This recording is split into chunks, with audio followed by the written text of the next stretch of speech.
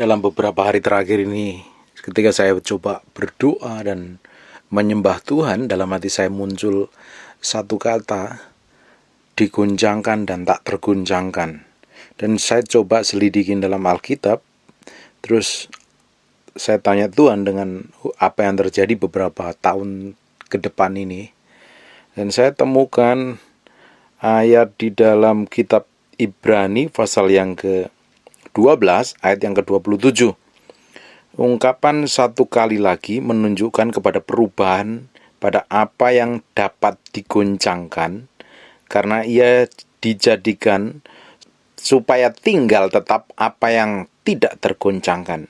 Jadi, karena kita menerima kerajaan yang tidak tergoncangkan, marilah kita mengucap syukur dan beribadah kepada Allah menurut cara yang berkenan kepadanya dengan hormat dan takut.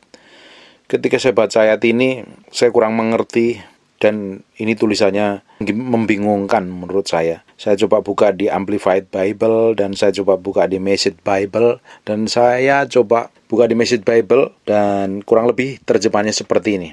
Dari ayat yang ke-27 dan 28 bagus sekali.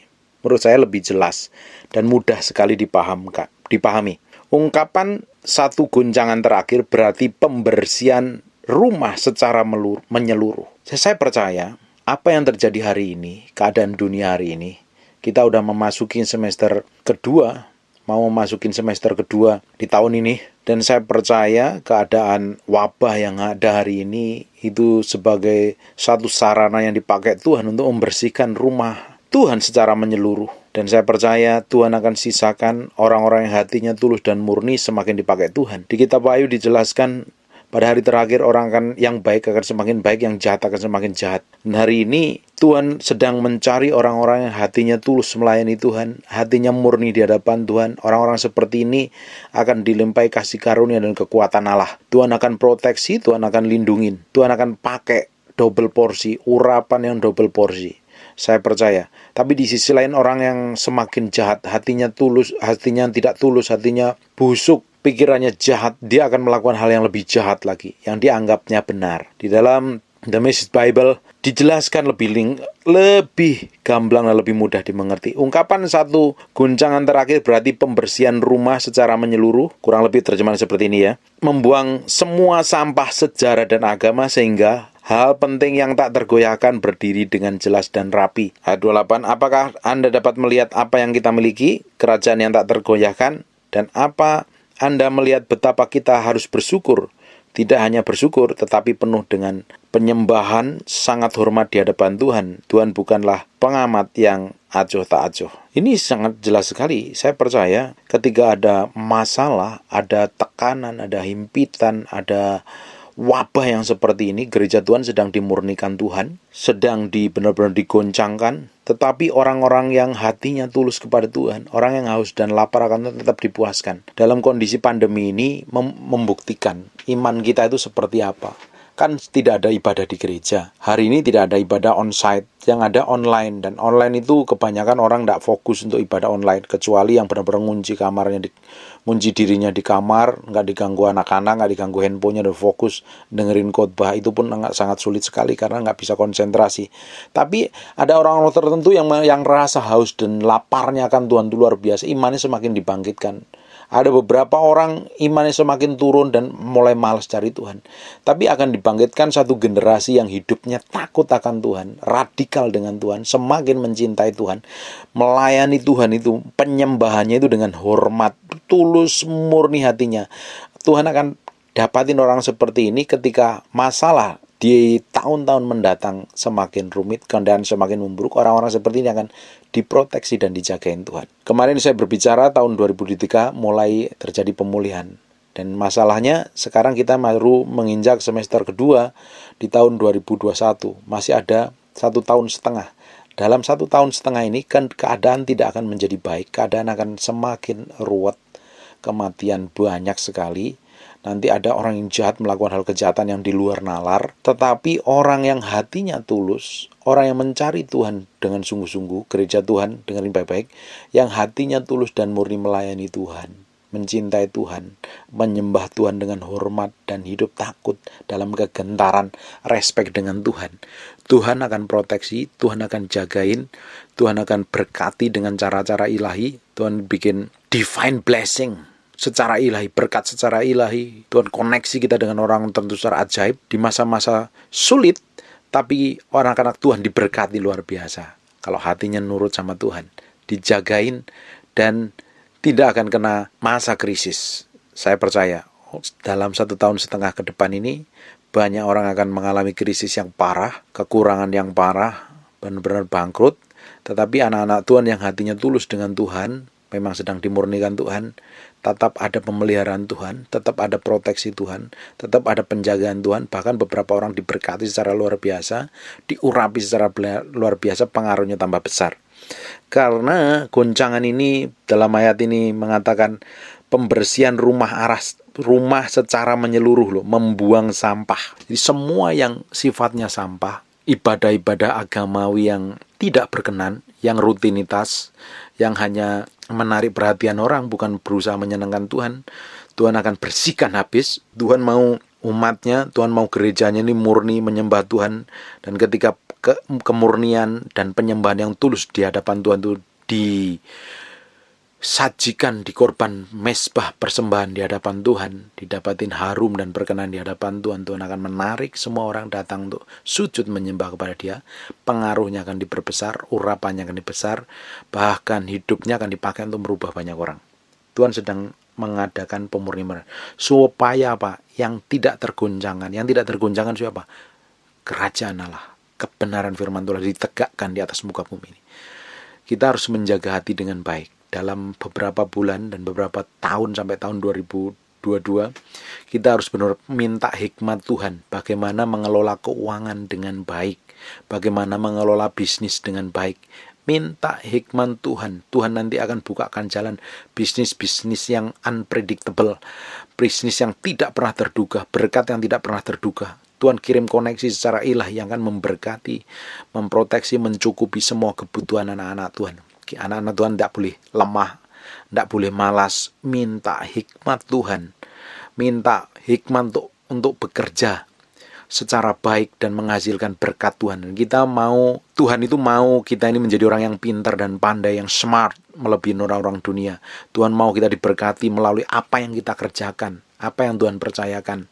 Kita harus semakin hidup takut akan Tuhan. Kemurnian hati dibutuhkan. Jangan sampai kita ini dapatin hati kita tidak murni dan benar di hadapan Tuhan. Itu penting. Kita harus belajar pikul salib sangkal diri. Terus mengelola keuangan yang baik. Jangan boros. Jangan memakai uang dengan serampangan.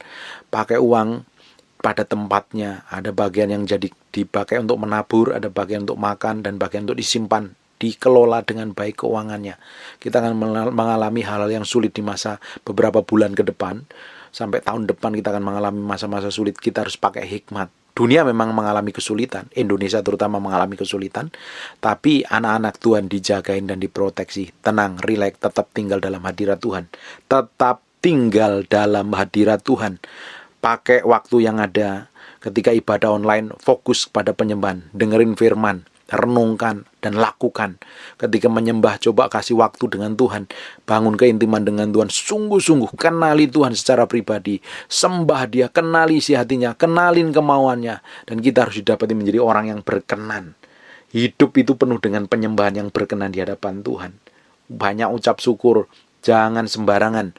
Jangan mulutnya dipakai sembrono. Mulutnya dipakai komentar yang enggak-enggak. Pakai komentar yang buruk, pakai menilai orang lain, menghakimi orang lain. Mulut dijaga baik-baik. Kalau mulut kita mau dipakai Tuhan, mulut kita memiliki pengaruh kuasa yang powerful dan berotoritas, mulutmu dijaga, komentarmu dijaga, sikap hatimu juga dijaga. Saya benar-benar Tuhan ajarin untuk menjaga sikap hati, perkataan, supaya apa? Mulut saya dipakai Tuhan. Supaya apa? Mulut Bapak Ibu juga dipakai Tuhan. Luar biasa. Kita harus benar-benar menjaga hati, menjaga mulut, menjaga sikap perbuatan dengan baik. Kita harus melalui masa-masa sulit ini dan kita harus dipulihkan jadi berkat. Boleh Indonesia sedikit mengalami krisis, tapi Tuhan akan pulihkan. Boleh dunia sedang mengalami krisis, tapi anak-anak Tuhan dipelihara, dijaga, dan dilindungi. Saya percaya sekali ketika orang-orang yang hatinya tulus, hatinya murni, menjerit kepada Tuhan, berdoa kepada Tuhan, menyembah kepada Tuhan, menaruh pengharapannya di tangan Tuhan, Tuhan akan proteksi, Tuhan akan cukupin, Tuhan akan bela, Tuhan akan lindungin. Dan tentunya Tuhan punya maksud dan tujuan supaya apa? Hidup kita memberikan kesaksian dan memancarkan kemuliaan Tuhan, sehingga nama Tuhan dipermuliakan. Pakai hikmat mengelola keuangan, bekerja dengan baik, bekerja dengan tanggung jawab, manfaatkan setiap kesempatan dengan baik. Tuhan akan memberkatin kita dengan cara ilahi yang ajaib. Di masa sulit, Tuhan berikan tetap kecukupan. Tuhan tetap tidak biarkan kita menderita. Dia akan proteksi, Dia menjagain, Dia tetap memperhatikan kondisi dan keadaan kita sampai hari ini. Sekalipun hari ini kita seakan-akan doa tidak dijawab, jeritan kita nggak dijawab, permohonan kita nggak dijawab, tapi Tuhan mengamatin kita, dan Tuhan tidak akan pernah acuh. Dia akan benar-benar turun tangan, dan uluran tangannya begitu real dan nyata. Proteksi Tuhan, penjagaan Tuhan, penyediaan Tuhan real dan nyata. Bagian kita adalah memberikan korban syukur, datang kepada Tuhan, nyembah Tuhan, kenali isi hati Tuhan. Kalau datang kepada Tuhan, sekali-kali jangan pernah minta apa-apa. Jangan pernah minta apa-apa, serahkan hatimu di hadapannya. Mulai nyembah, agungkan Tuhan, udah gak seminta apa-apa. Minta Tuhan memenuhi, minta hikmatnya, minta wahyunya, minta kita mengalami Tuhan secara pribadi, pingin kenal isi hati Tuhan. Itu yang penting. Sesekali berdoa jangan minta apa-apa. Berikan hatimu kepada Tuhan. Berikan mulutmu dengan penyembahan di hadapan Tuhan. Berikan hidup kita ini menjadi persembahan yang kudus dan berkenan di hadapan Tuhan. Itu yang menyenangkan Tuhan.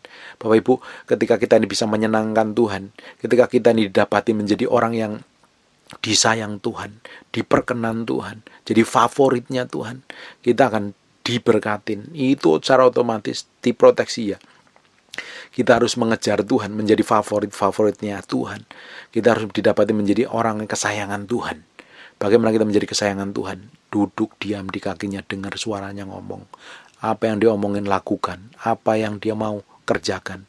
Berikan pujian, berikan pengagungan setiap hari. Setiap hari. Saya berdoa hal buruk ke depan ini tidak akan berlangsung lama, biar segera selesai. Kita akan melihat memang dalam beberapa bulan ke depan, sampai tahun depan kita akan melihat keadaan yang buruk, keadaan yang jelek. Tapi kita harus benar-benar berdoa, bayar harga, jerit sama Tuhan. Jangan sampai rencana iblis itu terjadi. Kita harus gagalkan, dan kita harus menjadi orang-orang yang berkemenangan. Kita menjadi kepanjangan tangan Tuhan. Kita akan melihat Indonesia dipulihkan Tuhan. Indonesia perlahan bangkit, Indonesia perlahan dipulihkan. Gereja Tuhan dibangkitkan. Jadi generasi baru yang urapan, yang powerful, yang mengasihi Tuhan, mencintai Tuhan, yang hidupnya berkenan di hadapan Tuhan. Saya berdoa gereja akan dibangkitkan secara luar biasa. Banyak hamba Tuhan akan dipakai Tuhan, memiliki kemurnian hati, memiliki kesucian hati, dan hidupnya untuk menyenangkan Tuhan. Saya berdoa hal buruk tidak akan terjadi untuk bangsa kita. Dan saya percaya kemakmuran, berkat ada di bangsa kita, terutama di kota ini, diberkatin Tuhan, dijagain Tuhan. Harusnya ketika kita ditempatkan di satu tempat, di satu kota, harusnya kita yang menjadi penjaga kota. Karena apa? Kesejahteraan kota itu tergantung kita. Bagaimana kalau tergantung kita? Kita jerit sama Tuhan. Kita jadi pengantar antara kota itu dengan Tuhan. Jadi penghubung antara kota itu dengan Tuhan. Kita jerit sama Tuhan sampai minta tangan Tuhan melindungi, memproteksi, menjagain kota ini, menjagain bangsa ini.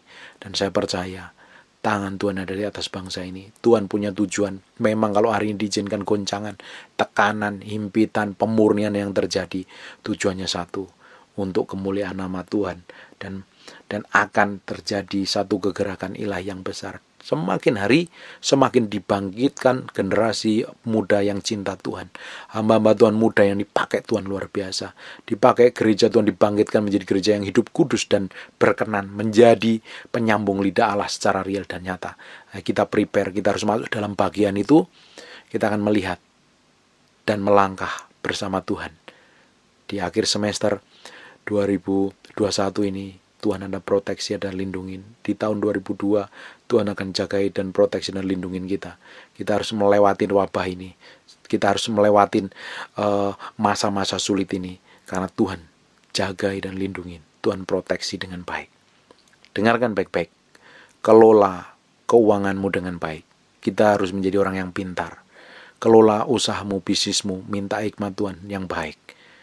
Dari situ Tuhan cukupin semua kebutuhan kita. Dari situ Tuhan berkati kita secara ilahi. Dan mulut kita akan dipakai bersaksi untuk kemuliaan nama Tuhan secara ajaib dan dahsyat. Amin.